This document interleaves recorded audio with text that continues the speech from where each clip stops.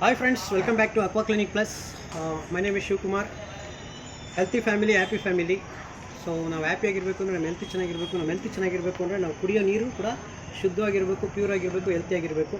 So ನಾವು ಕುಡಿಯೋ ನೀರಲ್ಲಿ TDS ಎಷ್ಟಿರಬೇಕು ಅಂತ ನಾನು ನಿಮಗೆ ತೋರಿಸ್ಕೊಡ್ತೀನಿ ಇವತ್ತು. ಸೊ TDS ಚೆಕ್ ಮಾಡೋದು ಹೇಗೆ ಅಂತ ನೋಡಿ ಫ್ರೆಂಡ್ಸ್. ಇದು TDS ಮೀಟರು. ಇದರಲ್ಲಿ ಆನ್ ಮಾಡ್ಕೊಳ್ಳಿ. ಆನ್ ಮಾಡ್ಕೊಂಡಾಗ 000 ಬರುತ್ತೆ.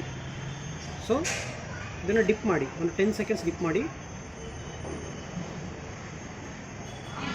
ಡಿಪ್ ಮಾಡಾದಮೇಲೆ ಹೋಲ್ಡ್ ಮಾಡಿ ತೆಗೀರಿ. ಸೊ ಇದರಲ್ಲಿ ಬಂದು 27 TDS ಇದೆ. ಇದು 27 TDS ಇದೆ. ಸೊ ಹಾಗೆಯೇ ಇದು ಬಂದು ಪ್ಯೂರಿಫೈಡ್ RO ವಾಟರ್. ಸೊ 000 ಇದೆ. ಅಗೇನ್ ಡಿಪ್ ಮಾಡಿ 10 ಸೆಕೆಂಡ್ಸ್ ಹಾಗೆ ಇಟ್ಕೊಳ್ಳಿ. ಹಾಗೆ ಹೋಲ್ಡ್ ಮಾಡಿ ತೆಗೀರಿ. ಸೊ 625 TDS ಇದೆ. ಸೊ ಇದು ಬಂದು ಬೋರ್ವೆಲ್ ವಾಟರ್.